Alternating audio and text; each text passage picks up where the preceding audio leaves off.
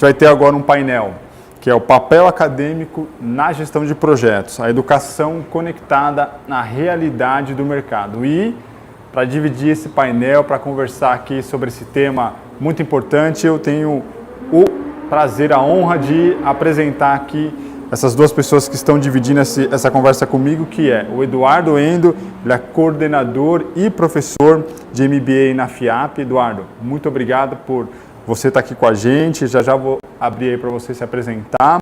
E estou com o Taiguara também, que é vice-reitor e superintendente adjunto na FECAP, um outro espaço de educação, de conhecimento super reconhecido no mercado. Bom, agora eu queria que vocês pudessem se apresentar para a gente começar o nosso papo. Obrigado por ter aceitado o convite, por estar aqui no debate super importante. É educação, né? E a gente vai falar tanto sobre essa transformação que aconteceu aqui, né? Nós estamos aqui no online, a gente vai conversar bastante sobre isso daí. Bom, uma honra estar aí com vocês, obrigado pelo convite. Vamos embora. Vamos nessa, né, Eduardo e Ramon? Obrigado também pela oportunidade de diálogo, né? Eu atuo na FECAP, já vai fazer 20 anos, né? Estava aqui fazendo as contas. Apaixonados por educação, sou doutor em administração pela FEA-USP, tive a minha formação inteira na FECAP, vivo, respiro 24/7 educação e vamos em frente. Legal demais. Tá vendo como é uma honra? Duas pessoas que respiram, vivem educação, que é algo também que, né, enfim, humildemente, no meio dessas duas pessoas, né, é algo que o Instituto também tenta trazer aqui na nossa vertical, no nosso foco, né? Então, é uma honra imensa, gente. Obrigadíssimo por essa oportunidade de conversar com vocês. E aí eu tenho uma pergunta, já para a gente começar aqui o nosso painel, nossa conversa. Lembrando também que, como é uma conversa aberta, quem tiver alguma pergunta no meio da nosso talk aqui, pode mandar lá no chat do YouTube. A gente puxa de lá, traz para cá para a conversa, tá bom? Mas bora lá. Antes de a gente entrar na pauta específica de gestão, né, de projetos, educação e mercado, eu quero ouvir de vocês, como profissionais que lidam 24/7, como o Taiguara falou aí, com a educação, uma pergunta um pouco mais ampla aí do ponto de vista da educação, né? Vocês que representam essas organizações, a FIAP e a FECAP, que são referências aí no mercado, quando a gente pensa em educação, mas a pandemia, ela trouxe, né, esse contexto diferente, né, de educar, né, trouxe essa necessidade de a gente rever, né, ou de ter uma maneira muito diferente quando a gente pensa em educação, né. Os espaços de aprendizado, né, eles já estavam, de alguma maneira, né, passando por alguma provocação, algum estímulo do próprio mercado para inovar, né, para trazer algum modo diferente quando a gente pensa em educação e conhecimento, né. Eu queria que vocês pudessem trazer aqui como que vocês perceberam nessa pandemia, né, os esforços dos espaços. Aí vocês podem, obviamente, falar do ponto de vista da FIAP e da FECAP, mas se puder olhar de uma maneira mais ampla para o mercado, como que vocês têm percebido os esforços quando a gente pensa em educação, nessa inovação da maneira de educar, de construir e de transmitir conhecimento? O que vocês têm percebido de diferente desse ponto que a gente está vivendo agora por conta da pandemia? Posso começar, Taiguara? Então vamos lá. Bom, basicamente eu acho que antes da pandemia a gente já estava vendo um movimento muito forte da área da educação para se reinventar, né? Eu acho que hoje conhecimento, né, buscar conhecimento hoje está em qualquer lugar, né? Então imagino que até aqui nesse evento aqui a galera tá pegando um monte de conhecimento, né? E pelo YouTube, quer dizer, por canais hoje que não necessariamente é a sala de aula, né? Então a busca do conhecimento já estava se transformando, né? E eu acredito muito que as universidades, os lugares de aprendizado estavam se transformando em lugares de experiência.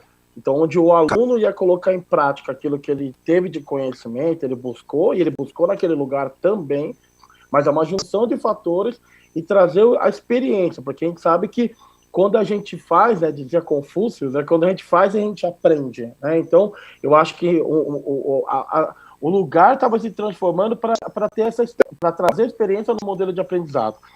E aí a pandemia veio, E isso dificultou um pouco. Estava conversando até com o Taiguara um pouco antes, o quanto dar aula hoje pelo vídeo, os professores tiveram que se reinventar, os alunos tiveram que se reinventar. E aí, quando você fala do conteúdo tradicional, do conteúdo falado, conteúdo mostrado, isso, de fato, no digital tem acontecido de maneira tranquila, né, gente? Eu acho que mudou muito pouco. Agora, eu acredito que a reinvenção que vem acontecendo é como trazer essa experiência que a gente estava buscando no modelo tradicional para dentro desse modelo digital. E aí eu acho que as universidades, não só os colégios, as escolas, elas estão se reinventando para trazer essa experiência, né? Por meio de ferramentas digitais, por meio de momentos, por meio de enviar. Eu já vi situações onde os lugares enviam até caixas para a casa do aluno, para que ele tenha esse contato mais próximo, né? Porque o ser humano, eu acho que no fim do dia, do outro lado, tem um ser humano. E aí ele precisa desse contato, né? Então, eu acho que, para não me alongar muito, eu acho que a gente estava numa busca de experiências, a pandemia trouxe essa dificuldade, mas aos poucos a gente está se adaptando, né?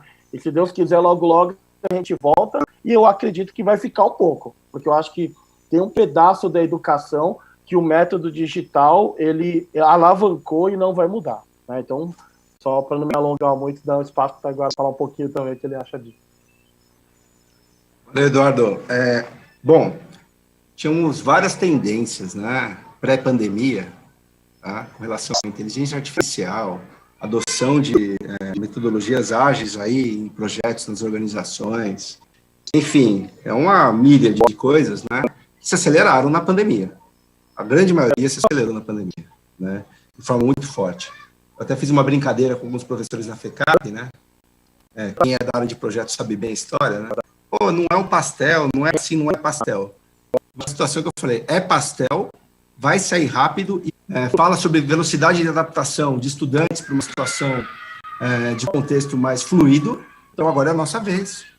Né? Nós, enquanto professores, a gente precisa responder rápido também para essa situação como um todo.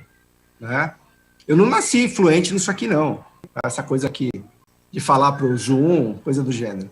A moçada que eu tenho como estudante lá na FECAP, hoje eu leciono no curso de administração, certamente a moçada já sabe fazer vídeo no YouTube e produzir melhor do que eu. Eu tive que correr atrás. Então foi um momento dos professores, em geral, se adaptarem, né? Mas eu acho que essa pandemia, ela trouxe um elemento bastante importante para a gente, tá? Em termos gerais, como o Ramon colocou, tá? Que foi, é possível ter, até então, a gente tem um EAD a R$ 49,90, com situações de um professor lhe dando 1 hora por semana com uma turma de 500 alunos, sei lá, um negócio do gênero, interagindo sozinho com um monte de slides e coisas do gênero, e isso não é um EAD de qualidade, fato. Tá? E outra coisa que a gente aprendeu é que o EAD não necessariamente é mais barato. Pô, se eu quero uma interação com o Eduardo aqui, eu quero ter 8 horas do Eduardo dialogando sozinho, eu tenho os custos do Eduardo, cara. Não é assim. E aí foi um aprendizado melhor, enfim, debruçar sobre dados, excelente. Só que tem os custos da pessoa, né? E o pessoal tinha uma situação de achar, não, EAD é na internet, internet é barato. Calma, tem mão de obra intensiva envolvida. Então depende do modelo de EAD que você adota. Eu, em particular, fiz um curso na Espanha, eu ganhei uma bolsa Santander, né? Eu adoraria ter ido lá para Madrid e ter comido o Ramon né? Os cursos online da IE, em Madrid, não necessariamente são mais baratos dessa pandemia. É possível fazer com muita qualidade, não necessariamente a gente precisa ir para o campus para aprender alguma coisa. Tem atividades presenciais de execução que são importantes, mas aqui, essa internet, né? E que o EAD não necessariamente é mais barato. São as duas coisas mais importantes que a gente aprendeu durante esse período. Perfeito. Taiguara e Eduardo, cara, trouxeram pontos importantíssimos, ciência, né? A história de mandar caixa pro aluno, né? O Taiguara falou que eu também li muito, né, sobre outros espaços de educação também que tiveram esse mesmo entendimento ou inicialmente acharam que iam reduzir custo, né? Mas na prática, às vezes até o meio final gere aliado também a um valor que essa experiência vai trazer para o aluno e é justificado ali na ponta, que é o valor da mensalidade, o preço e o aluno perceber que isso no final tem sentido, né? Acho que tem ainda um caminho para a gente percorrer, porque eu vejo muito difícil de a gente quebrar, né? Não sei como é que vocês têm percebido isso, né? Porque você tem a experiência, tem, né, a geração do entrosamento com o aluno, o valor do professor, né, desse especialista versus a infra, mas as pessoas ainda não percebem melhor nesse sentido, que a experiência online ela tem, de fato, e eventualmente vai ter o mesmo custo de uma aula presencial.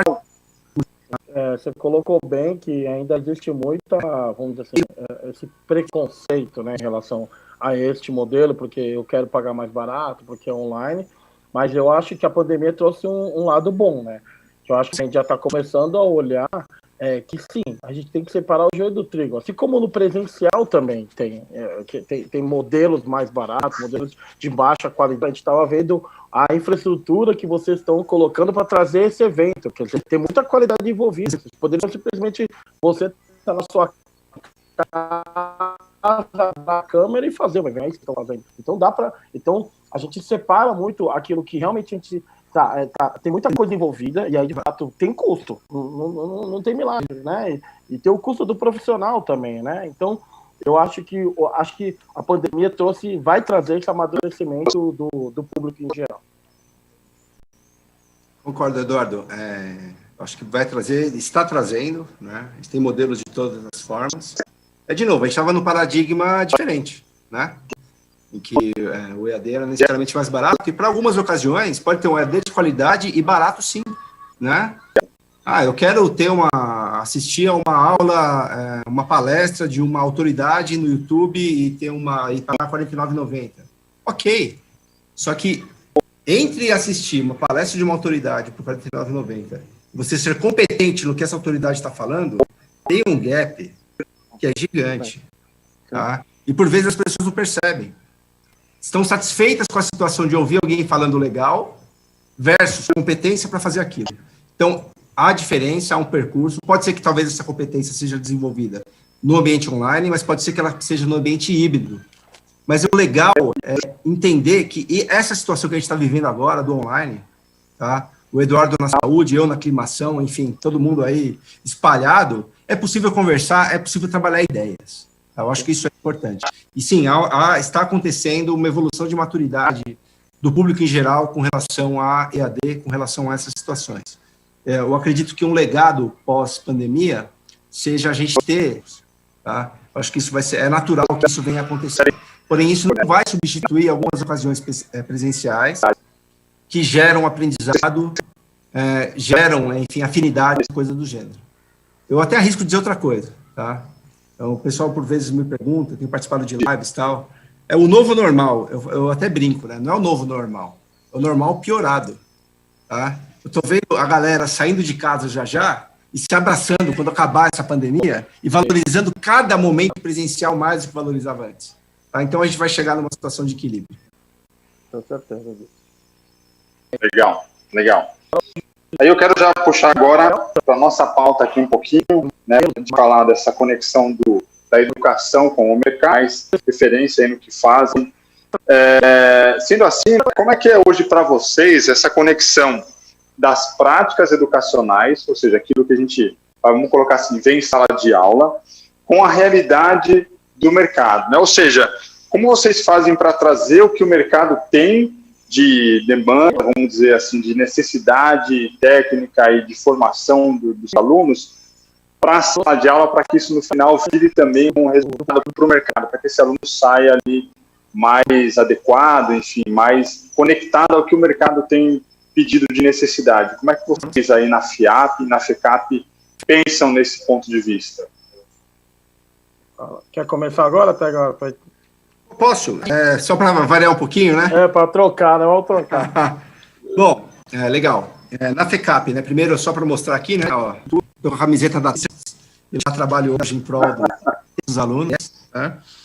Mas, enfim, a FECAP ela tem muitos projetos de aproximação com o mercado, desde o colégio técnico, tá? Em que os alunos fazem projetos reais de interlocução com o mercado, passando pela graduação. Nós temos o mestrado profissional, pós-lato sensu, MBAs, etc., tá? Mas eu queria só dar digamos assim, um spotlight em outros aspectos referentes a essa questão de relacionamento com o mercado. Tá? Institucionalmente, a gente até tem um preparo e uma intenção estratégica de ter um relacionamento cada vez mais forte. Poxa, a gente tem como presidente do conselho o Shigeaki Ueki. Ele foi presidente da Petrobras, ministro de Minas e Energia, é empresário. Nosso VP é o Abraham Scheisman, presidente da FEComércio. Então, institucionalmente, tem a Luiz Helena. Os nossos estudantes, a grande maioria, trabalham. A FECAP tem uma característica, desde 1902, são estudantes trabalhadores. Isso não é um problema. Tá? E aí é o primeiro ponto de paradigma que eu queria quebrar. Normalmente o pessoal fala, não, o aluno que trabalha e estuda não necessariamente vai ter um desempenho acadêmico alto. É mentira. Isso é um paradigma que tem que ser quebrado. Tá? Eu tenho muitos estudantes, a grande maioria, que trabalham o dia inteiro, desenvolvimento de pessoas, a essa conjugação. Então, o cara é estagiário, é trainee, está trabalhando, está estudando negócios. É outra vida. Uma coisa é você ficar o dia inteiro na universidade estudando negócios, para um momento da vida você ver a prática, e outra coisa é você se desenvolver ao longo do tempo, de forma conjugada. Tá? Eu acho importante. Mas, assim, trazer elementos práticos de interação com o mercado para a sala de aula depende de uma maturidade dos estudantes e do mercado. Tá? Por vezes, eu vou te falar aqui enquanto professor, 8º semestre de administração da FECAP, aulas às segundas-feiras à noite, das 19 às 22h40. Tá? Quando eu vou convidar o executivo para participar de uma atividade profissional comigo, tá? Por vezes tem da separação de teoria e prática. Isso é um equívoco. Tá? Eu sou prático, eu não sou teórico. Pô, como assim? Você não gosta de abstração e pensamento? Ah, eu sou teórico, eu não sou prático. Pô, você não gosta da realidade, como é que você vai testar a sua teoria? Então, esse é um problema. Só tem gente de mercado e, por vezes, acontecem situações do gênero. Tá? Mas eu tenho a sorte, a felicidade de ter estudantes que estão no mercado, professores também estão, e aí conseguir fazer a conjugação das coisas. E o último ponto é que o estudante que vai trabalhar por projetos, tá? E que vai trabalhar nessa situação para o mercado, ele vem desde o vou brincar, tá? Jardim de infância, tá? Ele fez isso no primeira série, segunda, terceira, quarta, quinta, sexta e vai embora, e chegou na universidade. E aí chegou na universidade, o Eduardo certamente vai relatar coisas do gênero também, a gente está provocando o cara para trabalhar para o projeto e interação com o mercado. Só que ele não está acostumado com isso. Tá? E aí nós, professores, a gente apanha. Tá? Porque a gente quer desenvolver competências do indivíduo, mas assim, eu não vou ficar falando, que eu estou fazendo com vocês aqui é uma ocasião de diálogo, durante uma atividade. Eu preciso que ele demonstre. É que nem ser faixa preta. Eu fiz uma brincadeira no webinar da Associação de Administração da Andrade, recente. Eu não vou conseguir formar um lutador faixa preta só assistindo a aula. Ele tem que praticar. E, por vezes, quando a gente vai colocar um estudante de ensino superior para praticar, ele pede para ter aula expositiva. Então, também tem uma questão de adaptação, tá? De dosar energia, para entender que a atividade prática é importante e que, por vezes, nós, professores, não estamos falando com o estudante, estamos orientando trabalhos e coisas do gênero, isso tem tanto valor quanto se fosse uma aula expositiva. Eduardo, bola sua. Boa. Cara, falou muita coisa aí. Contar um pouquinho de como que a gente faz isso lá na FIAP, né? Na verdade, hoje eu coordeno um curso de pós-graduação que é voltado para a formação de executivos, né? Então, o meu curso é um curso de executivos. Mas a FIAP, de uma maneira em geral, o que a gente enxerga, só complementando aí o que o colega falou, é a aproximação com o mercado, né? Então, é a criação de challenges, que é a criação de desafios, aonde a empresa traz o desafio, né? Então, vamos lá, a Gol traz um desafio por conta de um problema que ele tem, né? Então, e mesmo na pós-graduação, a gente trabalha com esse mesmo modelo, né? O Project Based Learning, né? Que você traz um problema e aí a gente a gente cria um projeto em cima daquele problema, né? Então, os alunos têm esse desafio. E às vezes a gente até coloca um modelo de gamificação, onde ele tem um prêmio e assim por diante, né? Então, essa aproximação do mercado, para que a gente traga a realidade do mercado para dentro de sala de aula, que a gente enxerga que é muito importante. Eu concordo com o colega, tem aluno que fala que quer isso, mas na prática não quer isso, ele ainda não, ele quer a base teórica, na hora que você vai aplicar uma prática, na hora que você vai trazer um executivo em sala de aula, na hora que você vai trazer um case, ele chia, ele fala assim, eu não estou pagando para isso, não estou pagando para ouvir um executivo, eu estou pagando para saber teoria. Mas falar, meu irmão, peraí, mas por trás disso tem muita coisa aqui, né, que ele está falando. Eu acho que ainda existe também um aprendizado do aluno, né, então, de ter esse modelo. Então, o colega deve saber que é um modelo, por exemplo, dos Estados Unidos é muito forte, né? Quando você fala em ensino de pós-graduação nos Estados Unidos, basicamente são só cases que você aprende, porque você tem muito pouca teoria, muito case, muita prática, né? E no Brasil é o contrário, né? O modelo tradicional tem muita teoria e pouca prática, e a gente tem que mudar isso, né? Então, acho que é um desafio trazer a prática atrelada ao mercado, porque a gente está formando esse cara para o mercado, e aí, bem ou mal, né, quando a gente fala de instituições que são privadas, e a gente vive de ter alunos, quando a gente coloca um aluno no mercado que ele tem um fit cultural e um fit corporativo com as empresas, isso retroalimenta a faculdade. Não adianta eu colocar um cara extremamente acadêmico, extremamente com a teoria e não necessariamente com a prática de mercado no mercado, porque o mercado vai olhar aquele cara e tem a brand da instituição e vai falar, puta, aquela instituição forma só caras que não estão preparados para o mercado. Então, é uma retroalimentação, de fato. Eu acho que em todos os aspectos ele tem que a gente tem que estar muito do lado hoje do mercado, né? E eu acho que isso é muito legal. Eu sou mais velhinho, então a minha formação não foi assim. E hoje a formação é assim. A formação é do mercado. Hoje a formação está muito próxima com o que o mercado espera, né? Então eu, por exemplo, aprendi linguagem de tecnologia que quando eu fui para o mercado ninguém usava mais. Eu aprendi Pascal. E aí cheguei no mercado e ninguém programava em Pascal. E hoje não, hoje a gente não ensina em Pascal, né? A gente ensina Python, a gente ensina linguagens que de fato o mercado vem utilizando, né? Então, eu acho que nós estamos evoluindo para isso, mas eu concordo em gênero, número e grau. O aluno também tem que evoluir, o aluno também tem que entender que muitas vezes é importante essa aproximação do mercado. Legal demais, gente. A gente... tá tão bom, tá tão legal, tá tão fluido aqui, ó, que já batemos o nosso tempo de exposição aqui, você viu? É legal falar de educação, porque o tempo passa, adoraria continuar com vocês aqui por muito mais tempo. Se vocês quiserem falar comigo depois, enfim, a gente ampliar essa conversa para mais outros webinars, enfim, outras conversas que a gente possa ter, vai ser um prazer estender esse papo aqui de educação, que é super valioso, mas... se vocês quiserem ter aí uns minutinhos, 1 minuto para cada um de considerações finais, bora lá. Vai lá, Eduardo. Bom, queria agradecer aí a participação, dizer que realmente é muito gostoso falar de educação, falar desse mundo e desejar boa sorte aí a todos que estão assistindo e que voem aí na carreira de vocês. Muito bom. Eu também queria agradecer o espaço, né? Colocar uma provocação para geral aí, tá? Próxima vez que vocês forem ter um curso, qualquer um, tá? Pode ser Udemy, pode ser um formal, informal, o que quer que você queira aprender. Tenta prestar atenção se você está desenvolvendo competências, tá? Se você sabe fazer, se você sabe ser, se você compreende o que está acontecendo, tá? Pensa nisso. Porque, por vezes, a gente está num curso, a gente fica satisfeito por estar ouvindo alguém falar de forma bonita, tá? Mas você não muda. O que importa é você. Talvez o seu mestre não precise falar tanto e você mude, tá? Então, uma provocação estrutural que eu estou fazendo aqui para todo mundo que está ouvindo. Pense no seu desenvolvimento de competências. Você está saindo de determinado curso sabendo fazer algo melhor? Apenas isso que eu queria colocar.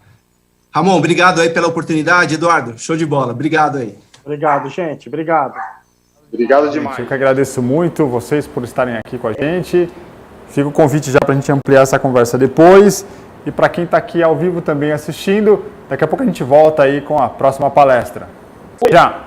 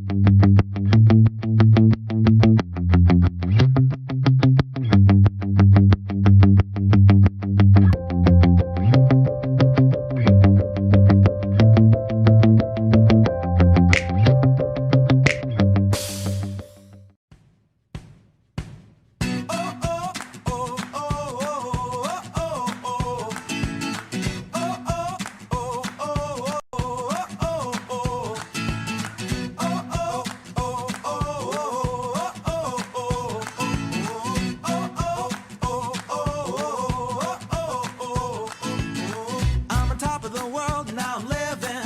And the good just gets better, keeps on giving. Not even close to the end, it's just beginning. Life is getting lighter while the days are getting brighter, yeah. And it's a good, I won't even worry anymore. O estresse só existe quando as coisas estão fora de controle. Conheça o HunHunit, uma ferramenta de gestão que te ajuda a organizar o fluxo de trabalho da equipe e a mensurar o tempo que ela investe nos projetos e clientes. Não perca tempo nem dinheiro. Use uma ferramenta profissional e tenha paz de espírito. Venha para o HunHunit.